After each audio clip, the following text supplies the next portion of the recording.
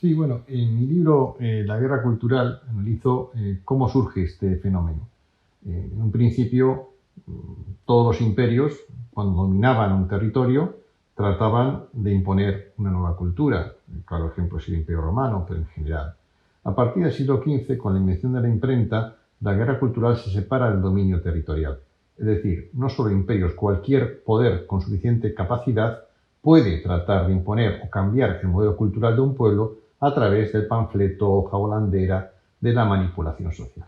Por eso digo que la primera guerra cultural que nos encontramos es la leyenda negra, porque es en el siglo XV, finales del siglo XV, cuando surge la imprenta y se aprovecha justamente los enemigos de lo español, porque, bueno, porque amenazaba con convertirse en monarquía universal, los que utilizan nuevas técnicas de manipulación social. En el fondo es una guerra por el dominio del imaginario colectivo.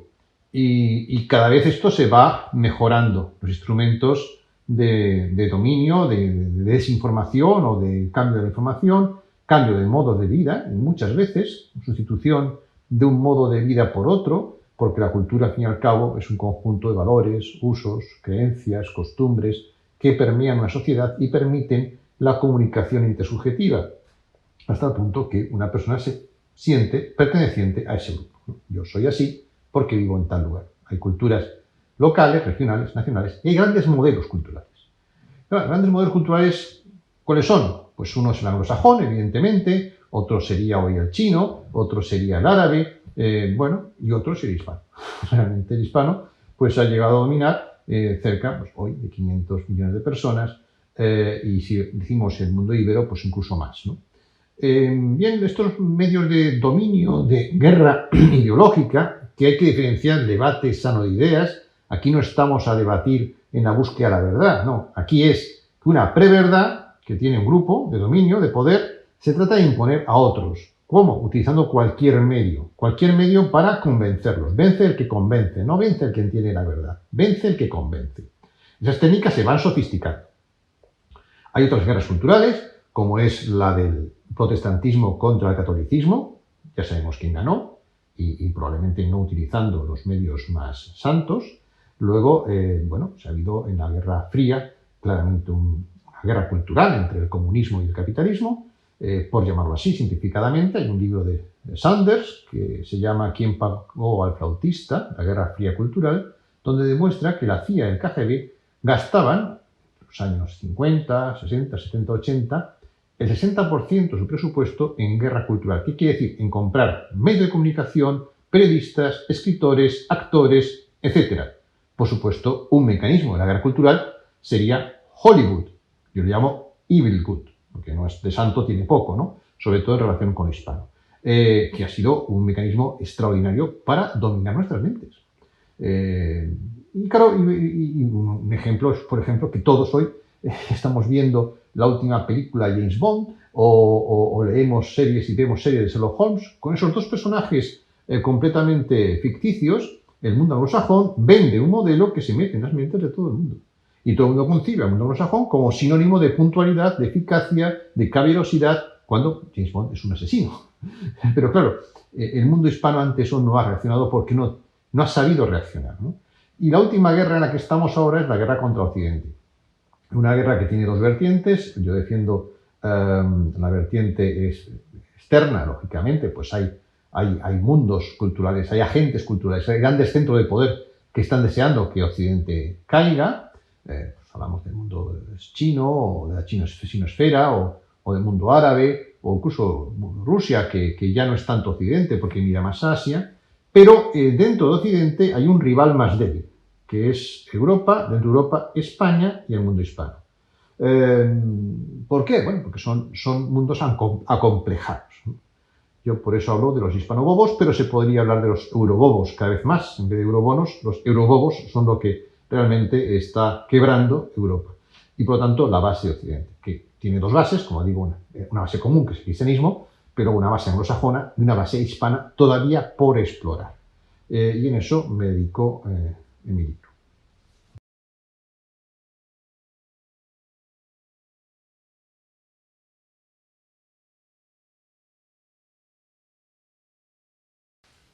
Claro, en esta guerra cultural, como digo, hay dos tipos de enemigos: los externos, que están ahí, nadie los ignora, pero yo sostengo en mi libro que el gran problema de Occidente y de España, pero de España históricamente, Occidente hace poco, es el enemigo interno.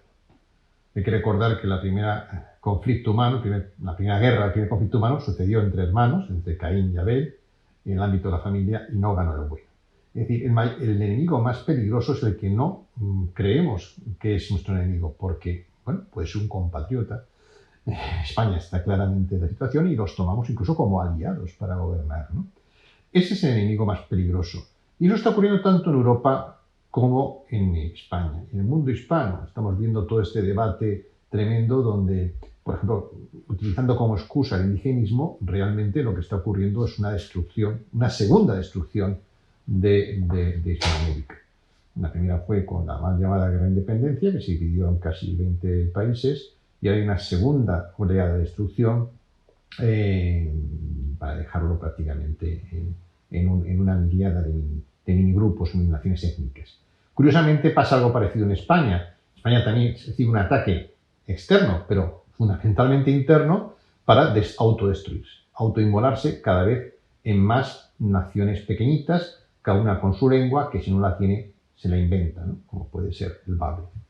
Entonces, este fenómeno de los enemigos internos, por supuesto, no es nuevo. Siempre ha habido quintacolumnistas. Los expertos en guerra saben que las guerras se empiezan a perder en la retaguardia, por una mala preparación de la intendencia, por una mala planificación de las tropas, porque no llegan los recursos, porque no se fabrican aviones, porque no se forman las personas. Es decir, las guerras se empiezan siempre perdiendo en casa.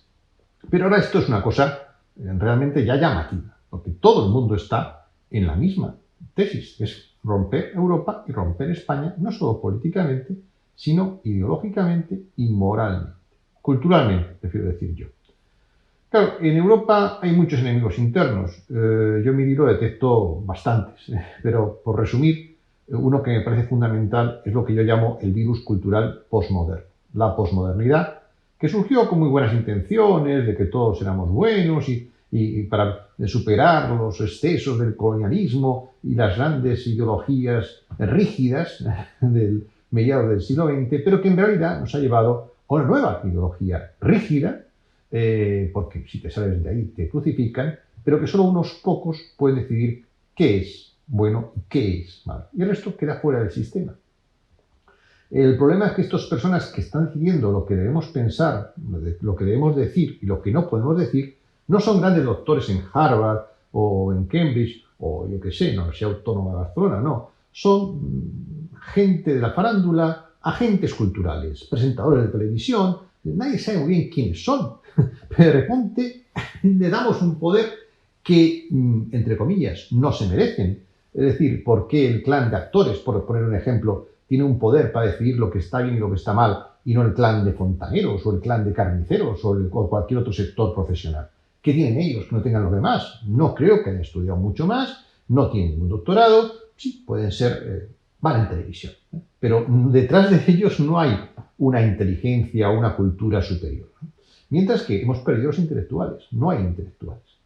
Es más, a los intelectuales de verdad no les dejan hablar en las facultades porque hay grupos de interés que les prohíben hablar. Hay un libro sobre la transformación de la mente moderna, que yo recomiendo, donde perfectamente describe cómo las universidades norteamericanas se van deteriorando con un movimiento de proteger cada vez más a las minorías, cada vez más a más gentes, y con esa excusa realmente romper el debate. Es decir, lo que estamos haciendo es romper el debate, y toda idea que molesta al establishment, aunque se diga hasta antisistema, establishment, no se puede hablar. Hay una doble vara de medir clarísimamente. Los españoles lo hemos sufrido históricamente, pero hoy también está en Europa. Todo lo que venga de Europa es sospechoso. Todo lo que venga de fuera es loable. Aunque a las mujeres árabes, les hagan ciertas prácticas que nos sonrojan. Pero si es una cultura ajena europea, todo está permitido.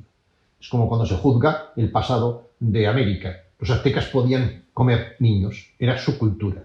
Los españoles eran terribles, terribles aunque fueran muy poquitos los que llegaron allí. Esa doble vara de medir se ha instalado, es una gran hipocresía. Uno puede pensar prácticamente que hay una conspiración porque esto no se sostiene así con la razón, pero lo cierto es que hay un ataque que el virus cultural postmoderno, lo unido a la multiculturalidad, otra idea con muy buena intención, pero que ha demostrado que es imposible, porque si juntas a gente con su mochila cultural al hombro, lo que haces es un caos. Realmente el único caso de multiculturalidad exitoso fue la América virreinal, no hablaremos de eso, pero porque hubo mestizaje.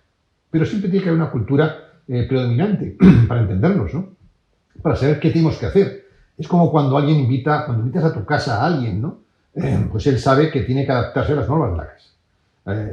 Y tiene que adaptarse a esas normas. Pues cuando viene una persona de otra cultura a tu país, pues también tiene que adaptarse a unas normas. El problema es cuando esas normas no existen o no se saben cuáles son. Yo me pregunto cuáles son las normas, el mínimo común denominador que hoy nos permite funcionar como sociedad en España. Pues no lo sabemos. Todo está permitido. Todo está permitido, por supuesto, según quien lo haga. O todo está permitido para algunos, que son los que mandan, aunque no estén en el gobierno. Son los que mandan el discurso social, son los que mandan en lo que pensamos, son los que dicen lo que está bien y lo que está mal. Y eso es un problema que estamos viviendo. Hay muchos otros enemigos internos que describo en mi libro. Hay una cosa muy curiosa también, es que la posmodernidad ha contaminado a la propia economía. La posmodernidad viene de la izquierda, el capitalismo viene de la derecha, pero realmente lo que vivimos es un capitalismo muy subgéneris, un capitalismo de casino, un capitalismo especulativo. Y eso es porque también en el mundo económico se han perdido los valores y la moral que tenían los empresarios clásicos.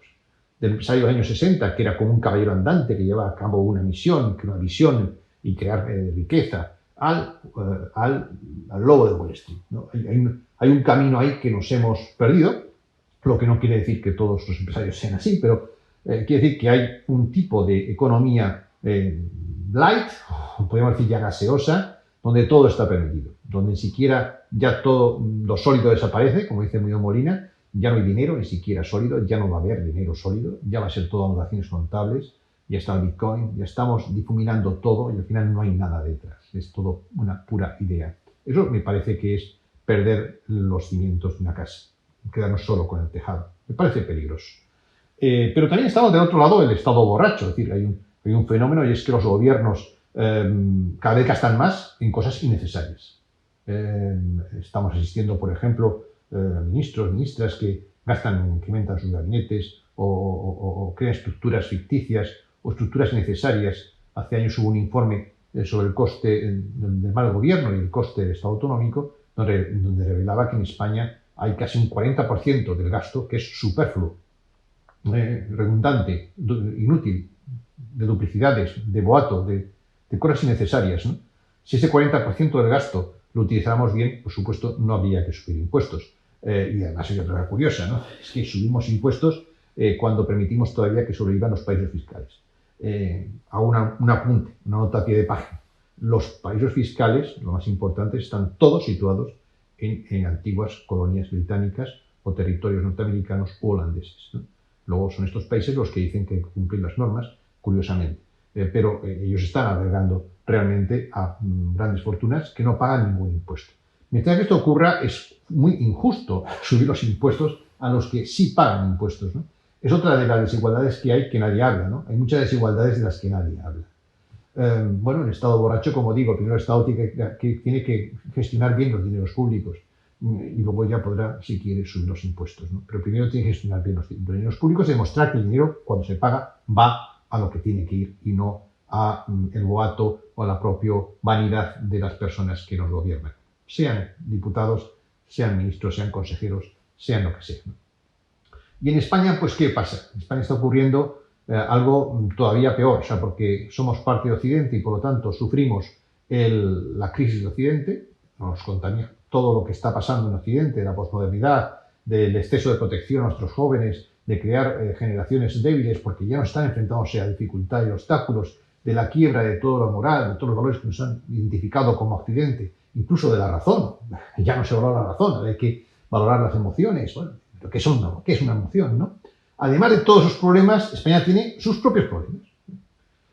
Uno muy llamativo es la obsesión autodestructiva. Es una cosa tan llamativa que no es creíble que esto surja espontáneo. Puede pensar en quién está interesado en que España se rompa. La pregunta es esa, cui prodest. Siempre que nos encontramos con un fenómeno que no entendemos, hay que preguntarse esta pregunta, ¿no? Cui prodest, ¿a quién beneficia? Luego, la destrucción de España no beneficia a los españoles, sean catalanes o vascos, por supuesto. Pero bueno, dentro de España, pues las narraciones históricas se falsifican para justificar lo injustificable y cada vez proliferan más naciones culturales, algunas étnicas, porque el vasco pretende ser una nación étnica, lo cual ya es antediluviano, pero en todo caso culturales dentro de una nación que tiene el privilegio de hablar un idioma que hablan 500 millones de habitantes. Bueno, este idioma es perseguido en España. Es algo curiosísimo, es algo curiosísimo, que no se entiende desde fuera, ¿no? Pero también, por supuesto, después del milagro de la transición, que fue un milagro y algo de sentirnos orgullosos, ¿no? De poder por fin, los españoles por fin, después de siglos de enfrentamientos, tampoco tantos, pero de un siglo y medio de guerras civiles, porque España hasta el siglo XIX no se peleaba consigo misma, con excepción de la revuelta comunera. Pero bueno, también se podía hablar mucho del siglo XIX, si luego si centramos, que fue la clave de la decadencia española, antes no hubo decadencia. Pero bueno, el hecho es que por fin parecía que nos íbamos a juntar todos los españoles y pensáramos lo que pensáramos, íbamos a trabajar por un proyecto común, un proyecto sugestivo común, que decía Ortega, de futuro, ¿no?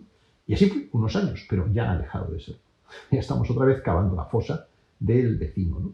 Es una gran pena. La operación destruir el régimen 78 está ahí, para empezar por la monarquía. Y vuelvo a decir, la monarquía tendrá sus defectos o no, pero si hoy uno mira a los países más modernos de Occidente, pues son Noruega, Dinamarca, Holanda, incluso Reino Unido, podemos decir, en fin, son todo monarquías, ¿no? Parlamentarias. Y a nosotros no nos ha ido nada mal con la monarquía de los últimos Borbones. Yo tengo un artículo sobre diferentes épocas en los Borbones. También ha habido Borbones menores, como hubo Austrias menores. Pero bueno, hubo unos Borbones que no estuvieron tan mal, después de todo, que fue Felipe V, Fernando VI y Carlos III, y unos Borbones que luego recuperan lo que es la monarquía constitucional primero, Alfonso XII y Alfonso XIII, y luego parlamentaria, Juan Carlos I y Felipe VI. Bueno, todo esto se quiere romper. ¿A cambio de qué? Pues no una república como la francesa o como la alemana, no. Al cambio del su republicanismo. Si aquí no, la gente no defiende la república, sino su república. Una república en la que solo pueden gobernar un tipo de partidos. Yo tengo algunos amigos que son republicanos, por supuesto son de izquierdas, y yo les pregunto, bueno, ¿qué os parecería una república donde el presidente de la república fuera Aznar? Eso no. Eso no. ¿Por qué? Si la gente le vota. Si la gente le vota, ¿por qué no puede ser presidente Aznar? ¿No ha sido Sarkozy en Francia? ¿No ha sido Giscard d'Estaing en Francia? ¿No ha sido Chirac en Francia? Todos derechas. Y no ha pasado nada, porque en Francia sí tienen claro que primero Francia. Y luego las diferencias ideológicas. En España no. En España nuestra izquierda, desgraciadamente, no es como las demás. No es una izquierda gloriosa y patriótica. Los hay. Pero no son la mayoría. La mayoría está en la operación destruir España y el 78. Es una pena, pero mientras que la izquierda sea sectaria y se considere superior al resto, no podrá haber una república. Yo digo, así entre comillas, que el mayor enemigo del republicanismo son los republicanos españoles, porque son antirepublicanos en realidad, son antidemocracia, realmente. Por eso en España no funciona la república. La primera república la acabó el localismo extremo, aquí se declaró Estado independiente hasta Jumilla, es una tendencia a la disgregación que tenemos en España, hay que saber, y a la segunda república pues la acabó el localismo extremo más el sectarismo extremo. Yo creo que es una cosa que tenemos que saber. Cuando jugamos con la escuela de comer, pues no hay que jugar. Con el rey, la monarquía, no deberíamos jugar. Pero todo el resto es igual. El 78 fue un éxito que, como siempre los españoles, ahora cuando tenemos un éxito, estamos dispuestos a tirarlo por la borda. La pregunta es, de nuevo, ¿por qué? Y la pregunta es, cui prodest? ¿A quién beneficia esto? De nuevo, no a los españoles.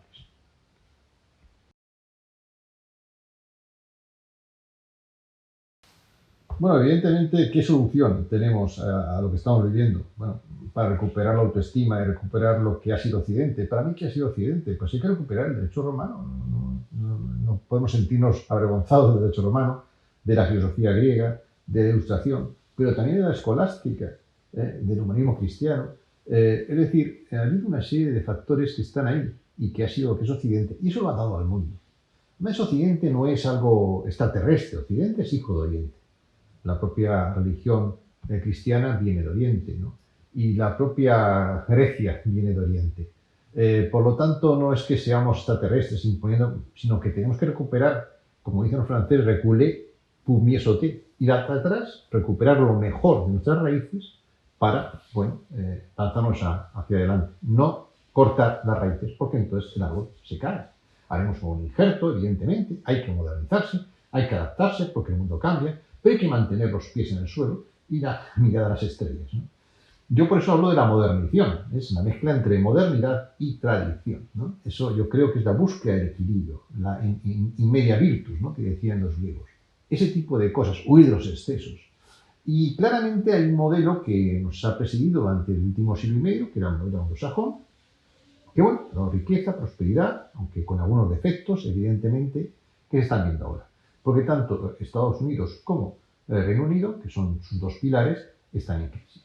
Y no solo ellos, sino el modelo que ellos representan. Entonces la pregunta es, ¿qué hacer? ¿Qué hacer en este momento? ¿Ir al modelo chino, que es el que va a triunfar en el mundo, y queremos todos trabajar 14, 15, 16 horas al día? ¿Es lo que quiere el ciudadano occidental medio? ¿Vestir todo de uniforme? ¿Está bajo una dictadura? ¿Eso es lo que queremos realmente? Yo lo que sostengo en mi libro, y a uno le podrá sorprender, es que tenemos una joya escondida, un modelo de éxito olvidado, que fue el de la América virreinal. Y a alguien le parecerá esto estrambótico, pero no. España pudo entrar en decadencia, pero América no. América fue enormemente próspera. No, era el polo más próspero del mundo. Esto no lo digo yo, lo dice Humboldt, un alemán, que tampoco era espinófilo, que no tiene más remedio que reconocer cuando llega a América que aquello funcionaba estupendamente bien. No había violencia interna, o sea, no había guerras civiles, no, había paz. Había una moneda única, lo que tanto le ha costado construir a la Unión Europea. América virreinal lo tenía de facto, de nacimiento, el real de A8, acuñado en plata, moneda internacional, única moneda aceptada por el mercado chino y oriental. Con el Galeón de Manila conectaba Asia, América y Europa, es decir, la primera globalización económica, también la política de los españoles, pero la económica y comercial. Claro, esto, la primera ruta gasera, la ruta gasera alternativa a la China es la española. Eso hay que recuperarlo. Y por supuesto, un modelo unitario, con un modelo cultural unitario, con 25 universidades que tenían grandes investigadores, profesores, con cientos de hospitales, con un siglo de oro que también se dio allí, en las artes, en las ciencias, en la pintura, bueno, con unos géneros de comerciantes, y no había corrupción, señores, no había, lo dice Humboldt, un alemán, no había corrupción, y los trabajadores estaban mejor tratados en América que en Europa. Ganaban más y tenían un código, el primer estatuto de los trabajadores, las leyes de Indias y las leyes de Burgos. Había derechos de los indios que luego pierden con la guerra de secesión, mal llamada independencia. Todo esto estaba ahí, era el paraíso en la tierra. No es el prehispánico, como nos están haciendo ahora confundir, que había un paraíso antes de llegar a los españoles. Esto es falso. Los aztecas eran antropófagos, eran caníbales, igual que los del Caribe, de ahí viene la palabra caníbal, y por supuesto también el mundo inca. Y el mundo maya había desaparecido. No destroza España, ni mucho menos, ¿no? Eran ellos los que estaban haciendo unos imperios extractivos, que diría Acemoglu, ¿no? O como Gustavo Bueno también lo decía, imperios destructores y no generadores, como fue el Imperio Español, que hizo allí una obra maravillosa, cultural y humanamente, porque el catolicismo también iba acompañado con la doctrina social de la Iglesia, creada también por teólogos españoles. Es decir, el liberalismo español, que la palabra liberal viene de España, de la Escuela de Salamanca, es un liberalismo social, humano, frente al liberalismo más individualista de corte anglosajón, que fue el que triunfó. Por lo tanto, hay alternativas, sí, justamente ese liberalismo español, el de la Escuela de Salamanca, el de la América virreinal, que tuvo mucho éxito, donde había instituciones como el juicio de residencia, que a los virreyes y las grandes autoridades se quedaban un mes viviendo en su residencia y el nuevo recibía las quejas de los indios de todos sobre el anterior, con lo cual a nadie le interesaba portarse mal. Pero es que es más, España inventó también la limitación de mandatos. Los virreyes podían ser nombrados para 3 años, máximo 6, justamente para que no hubiera corrupción. Y lo consiguieron. Y todo eso que lo tenían los hermanos americanos, lo destruyeron. Lo destruyeron con una guerra fratricida. Pero bueno, la guerra podía haber sido separarse de España. Bueno, hasta ahí se podía entender. Ya pasó lo mismo en el norte. Pero ¿por qué destruir el modelo económico, político, social y cultural que se había dado riqueza y que se ha convertido en el polo más próspero del mundo? ¿Por qué? Pues hombre, hay explicaciones, élites criollas que encabezaron ese movimiento, que no lo hicieron los indígenas, que eran profundamente realistas. Bueno, fueron a lo suyo, pero al final el resultado de esa guerra fue perder terreno. Brasil ganó, Estados Unidos también ganó, perder posición en el mundo y dividirse entre 20 repúblicas. Eso fue el resultado. Y a partir de ahí se crea un mito autojustificativo de las élites criollas para justificar su propio fracaso, para no reconocer nunca errores. ¿Cuál fue? Echar la culpa a los españoles. Hasta hoy los hispanobobos que están allí, pues siguen diciendo lo mismo. La culpa es de España, como si España fuera algo distinto de ellos mismos. Porque la culpa sí es de sus antepasados, es decir, de ellos mismos. Pero estos no son capaces de hacer una mínima autocrítica.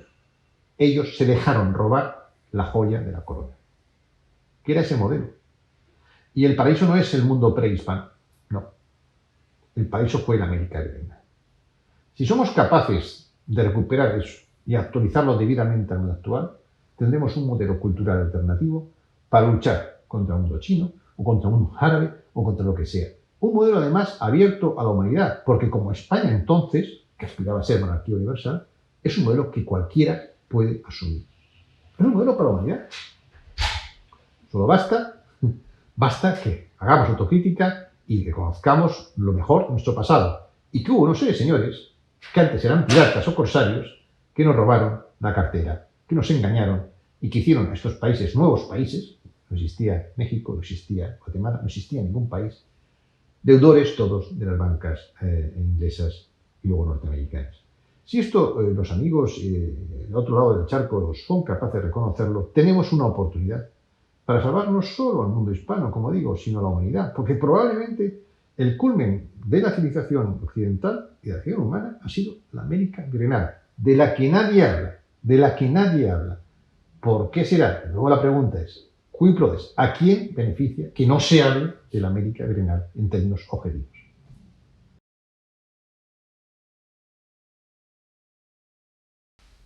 Claro, el enemigo interno probablemente más importante en Occidente, pero fundamentalmente España, es la quiebra del modelo educativo. Una sociedad es lo que es su educación. En todos los países este modelo educativo está bajando su nivel de exigencia. No solo su nivel de exigencia, su nivel en general, en casi todos los países. Pero en España esto ya es escandaloso. Es escandaloso. Y aquí en mi libro analizo cuáles son los agentes responsables de esta decadencia. Primero, el clan de los pedagogos, otros llaman pedagogos, ¿no?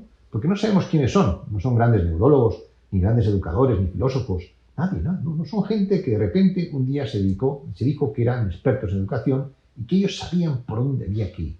Tampoco eran los jesuitas, que en España tenían una trayectoria a la que podíamos haber imitado, o la Institución Libre de Enseñanza, que también aportó su grano de arena a una educación que en España, a principios del siglo XX, pues era perfectamente homologable, incluso superior a otros países de nuestro entorno. Y también después.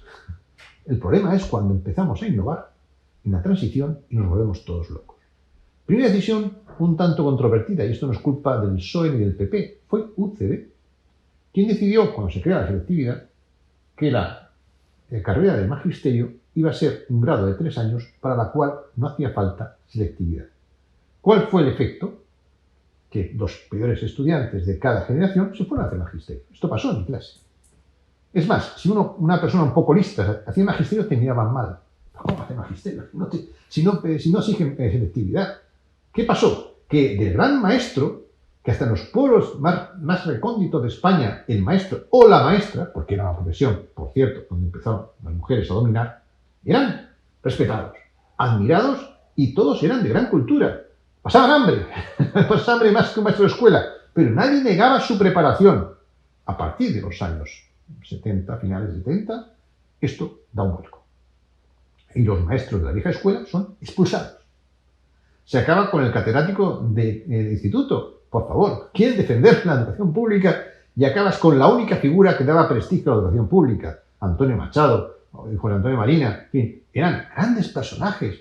Unamuno fue catedrático del instituto. o quiso serlo, era una figura de enorme prestigio. Pues acabas con todo lo que dé prestigio. ¿Y qué haces? Igualar a la baja, igualar a la baja, igualar a la baja. Por lo tanto, los pedagogos han hecho es destrozar la educación. Sinceramente, con ideología, con apriorismos, con etiquetas, con eslóganes, con pocos estudios, simplemente defendiendo lo que ellos quieren defender, pero sin luego ninguna base real, porque luego vas a los datos. Yo en mi libro doy muchos datos para demostrar que todo lo que dicen los pedagogos es pura falsedad. Vivimos un mundo falso, que ha roto los pilares de la educación normal de España, que era copia de la francesa. La revalida, no se puede hacer la revalida, pobrecitos, niños.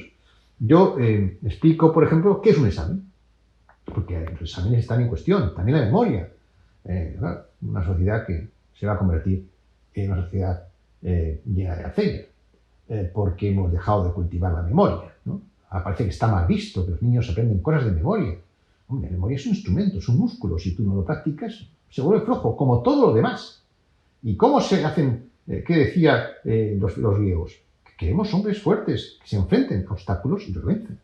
Si quitamos la autoridad, quitamos el obstáculo, el niño se convierte en un ser fallido, que cualquier golpe de la fortuna se tumbará, se derrumbará.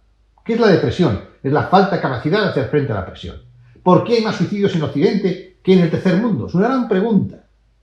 Estamos aceptando la inmigración económica, pobres chicos, pobres niños perseguidos por el hambre, por la injusticia. Vengan ustedes al Occidente. ¿Para qué? Si aquí vas a acabar en psiquiatra. Si están saliendo de un mundo natural donde tienen valores claros, donde tienen... ¿Para venir aquí? ¿A la jungla de asfalto? ¿Para qué? Todos acaban luego en el psiquiatra. Porque aquí no te... ¿Qué pasa? Que los que vienen de ahí, luego ven lo que hay aquí y dicen, bueno, aquí me lo meriendo, lógicamente. Esto es la caída del Imperio Romano 2. ¿Quién venció a los imperios romanos? Pues no un imperio superior en cultura, a nivel económico, no, los bárbaros. ¿Qué pasa con los bárbaros? Que sabían lo que querían y que se habían hecho resilientes, como se dice hoy. O sea, que tenían un par de... Mientras que el mundo romano, ¿qué había hecho? Acomodarse. Exactamente lo que pasa. Estamos acomodados, protegiendo a nuestros niños para que no se frustren, para que no se enfrenten, y por supuesto el examen, pobres, se van a frustrar si suspenden un examen. Yo les digo a mis hijos, el examen se empieza a aprobar atendiendo en clase. Es un proceso, no es una prueba, es un proceso. Atiendes en clase, tomas apuntes, estudias. ¿Cómo estudias? ¿Cuánto estudias? Luego, entiendes las preguntas, que es muy importante, haces el examen, lo repasas, y hay una nota que te dice si has tenido éxito en el proceso. Te suspendes. ¿Qué quiere decir? Que algo del proceso has hecho mal. O no has atendido en clase, o no has ordenado bien tus apuntes, o no tienes una técnica de estudio adecuado, o no has dedicado el tiempo adecuado, lo has dejado todo para el último día, o no tienes un sistema adecuado, o no has entendido las preguntas, o no has repasado el examen. Hay que replantearse. Así se aprende. Si quitamos el examen, habrá que poner otro obstáculo. Pero toda la gente, históricamente, se ha tenido que hacer adulto venciendo obstáculos. Es así. Y lo que hacemos es quitar esos obstáculos, protegerles, hiperprotegerles. ¿Qué hacemos? Que luego se suiciden porque me ha dejado la novia o el novio. O me cambio de género porque es que me dejó el novio y ya no odio a los hombres. Es decir, ¿qué estamos haciendo con esta juventud? Esos son, yo digo, cuando llevo una clase en los colegios, vuestros mayores enemigos son los que dicen que la vida es fácil y que tenéis derecho a todo y ningún deber. Ese gran engaño del siglo XXI. Ese es tu mayor enemigo. Te está engañando. Te está diciendo que la vida es lo que no es. La vida es lucha. Y lo que necesitamos es guerreros. Y la gente que venga aquí que sepa que tiene que luchar. Luchar para conseguir lo que quiere y lo que debe. Y el Estado podrá ayudarle o no. Pero tú tienes que, por tu cuenta, ser capaz de salir del agujero donde estés. Y para exigir algo, tienes que dar algo. No hay derechos sin deberes. Y tenemos una sociedad que no hay ningún deber. Por supuesto, no respetar a los padres, donde va a caer, por supuesto, ¿no? Pero ni siquiera a los demás. Somos muy solidarios con el que está afuera, con un niño negrito que viene de África, pero con el vecino del quinto machacamos con goteras, la música, dejamos las cosas sucias, los botellones dejan los parques completamente arrasados, pero luego somos muy ecologistas. Sí, pero nos cargamos los parques. Algo no está funcionando en esta sociedad. Evidentemente, es pedagogos. Es la falta de preparación de los profesores. No están siendo los mejores. Y creo que hay dos cosas fundamentales en la sociedad. El cuidado del cuerpo, los médicos, Y el cuidado del alma, es decir, de la mente. Son los maestros. No tiene sentido que dediquemos 10 años a estudiar para ser médico y, bueno, ahora sí es un grado, pero 4 años y las peores notas para entrar en las carreras para luego ser maestro. No tiene sentido. Una sociedad que no exige a sus maestros es una sociedad que no se exige a sí misma. Que está creando un monstruo, porque esa gente no va a ser capaz de hacer frente a las dificultades. Luego viene cualquier tempestad, cualquier problema y nos hundimos. Como si, bueno, los niños de la guerra civil, ¿qué pasa? O los niños que vieron la gripe de mal llamada española del 18, ¿qué pasa? No tenían móvil, no tenían con qué jugar, esos no se quejaban, porque sabían lo que era la vida. Hoy, cualquier cosa es un problema, un trauma, hay que... Pobrecitos, pobres niños, ¿qué hacemos? Suicidio sube. A la consulta a los psiquiatras sube, a los psicólogos sube. Y por cierto, entre los adolescentes es la franja de edad donde más sube la violencia de género. Luego, todo lo que está diciendo el mundo postfeminista es falso. ¿Sí? El problema de la violencia de género no es el machismo, que no sé muy bien qué es la degeneración de la educación, la falta de valores. Eso es lo que es el problema. Pero no se está enfocando en ese sentido. Y claro, cuando no atinas con la causa de la causa, lo que haces es que tampoco atinas con el remedio. ¿Por qué está subiendo la violencia de género en España a pesar de las leyes que tenemos, cada vez más protectoras? Porque no están atinando con la causa. Hay otro elemento que no se toca, que es el tema cultural. Evidentemente a España viene gente con otra cultura. No se toca ese tema tampoco. Pero no se toca que estamos quitando todos los valores de la educación. Hablando de respeto. El caballerismo, por cierto, que era machismo, pero era un respeto a la mujer. A la mujer no se la tocaba. Era de pocos hombres. Ningún hombre era capaz de alzar la mano contra una mujer. Menos en público. Menos en público. Y te levantabas y se sentaba. ¿Sería machista? Pues puede ser, pero había un respeto escrupuloso a la mujer. Lo hemos perdido. ¿Y qué hemos conseguido con la igualdad? Es que estamos todos más suaves, más... Pues no, la mujer lo que hace es quedarse más agresiva. Es lo que estamos ocurriendo. O sea, es como la igualdad a la baja, a que es igualdad al alza de la agresividad. Está subiendo la agresividad. No hay que ver, ni más que ver todas las películas que hay. Cada vez la igualdad significa que la mujer es ya la heroína, o es ya la mala, es la agresiva, es la que ya mata, la que tal, diciendo, esto es lo que tenéis que hacer, mujeres, para ser igual que los hombres, ser igual de brutos que ellos. Esto es el problema. Por supuesto, el tercer elemento del modelo educativo son los padres asustados, los padres hundidos, los padres confundidos, no saben qué hacer con sus hijos. Ya hay un modelo educativo. Yo digo que cuando se habla de empoderamiento de la mujer, nunca he visto una imagen más empoderada que una madre con una zapatilla en la mano. Esto pasaba en pleno franquismo, pero no aquí, en todos los lugares del mundo. Una madre, una mujer con una zapatilla en la mano, ponía firmes a 10 mocetones de 1,80. Lo digo porque lo he vivido. O sea, lo digo, tenían 11 en casa. Y su madre con la zapatilla los ponía en orden. Hoy la madre está perseguida, maltratada, por sus hijos. Una cosa de la que no se habla. Otro lugar oscuro. Sí, muy reivindicativa frente a su pareja, por supuesto, lo que quieras, pero el machismo de la mujer, es decir, la hiperprotección mujer y hombre frente a los hijos, lo que hace que los hijos estén maltratando a los padres. Y en ese sentido, la que más está sufriendo la consecuencia de este nuevo maltrato oscuro, del que no se habla, no hay ninguna ley para esto, es la mujer, que ha perdido la autoridad. También el hombre, pero a la que pega más es la mujer. Sus hijos. Padres consentidores, padres hiperprotectores, eso sí, luego protectores de estrellas. Todos los padres quieren que su hijo sea Nadal, que sea Fernando Alonso, eso sí, para el deporte muy exigentes. Levántate, no sé qué, corre, niño, corre. A los estudios no hace falta, se van a traumatizar, pobrecitos, ¿no? Todo tipo de caprichos, que no se hagan la cama, no aprendan a cocinar, que no hagan nada en casa. Los niños no hacen nada en casa, los niños y las niñas. Nadie hace nada en casa. Los padres son. Y si tienes dinero, contratas a una chica. Pero ya los hijos no hacen nada. No saben lo que cuestan las cosas. No es aquello como decías, oye, ¿quieres que te paguen un salario? Pues limpia el jardín, o arreglan esto, trabaja. No pueden hacer nada. Tienen todo el día el móvil, 50.000 cosas que hacer, por supuesto, todas completamente inútiles, pero no saben lo que cuestan las cosas y no aprenden la responsabilidad y el respeto. Los tacos, la manera de hablar a sus padres. No, son así, son chicos, son jóvenes, hay que dejarles que se expresen. Niños de 15 años con piercings, tatuajes. En fin, pero sí, que hay que ganarse el cariño. ¿Cómo? Dándoles cosas. Me crean más. lo que harán es tomarte el pelo. Este modelo cultural pasa igualmente al sistema político. Es decir, lo que tenemos con Cataluña y País Vasco es un modelo cultural. Dale, dale, dale para que te quieran. Es como el padre que protege y malcría a su hijo. Te va a querer porque dejes el coche sin tener carnet. No, te va a despreciar. Te va a despreciar, evidentemente. Pero no sabemos, no lo hacemos. Y lo último es los propios estudiantes, los propios jóvenes que, como digo, viven engañados. Yo digo que no es la generación más preparada de la historia, sino la más estafada, engañada de la historia. Porque le están vendiendo un mundo que no existe.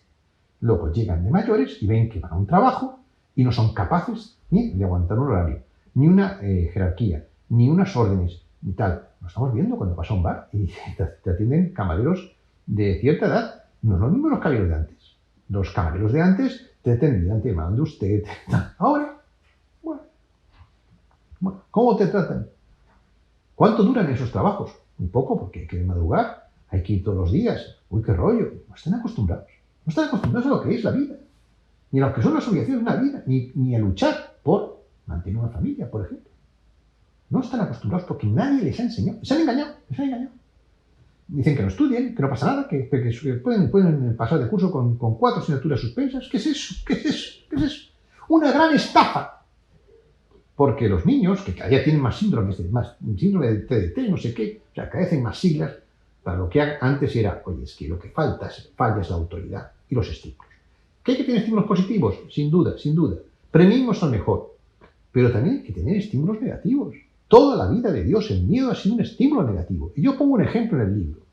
Si tú tienes que saltar un abismo, ¿no? Pongamos un abismo importante, ¿no? Dar un salto, ¿no? ¿Cómo darías el mayor salto? ¿Con un premio de 1 millón de euros, si lo consigues? ¿O si te persigue un tigre? Pues bien, pongamos un tigre en nuestra vida, porque el miedo también es un impulso para saltar más adelante. Y no tengamos miedo a las cosas, llamemos a las cosas por su nombre, no cambiemos las palabras. No tengamos miedo a la verdad. Digamos la verdad a los niños desde que nacen, de lo que es esto. Y a los jóvenes igual, y que asumen su responsabilidad desde jóvenes, que se pueden divertir y estudiar. Ahora tenemos la generación ni, que no estudia ni trabaja. La generación de mis padres, mis abuelos, eran estudiaban y trabajaban. Estudiaban y trabajaban. Y eso es posible. Para unos es casi una pesadilla. Pues nada, de nuevo volvemos a lo de siempre. No hay que cortar las raíces de lo que nos ha traído hasta aquí. Que con sus luces y sus sombras, nuestros antepasados hicieron las cosas razonablemente bien. Por eso estamos así. Hoy estamos aquí. No sé si podrán decir lo mismo nuestros nietos. Es decir, si seguirán aquí. Porque como sigamos como estamos, no vamos a dejar ningún mundo en el que vivir. Y eso es muy serio. De nuevo, modernidad y tradición. Conservemos los valores de siempre y innovemos lo que hay que innovar. El resto, todo está inventado.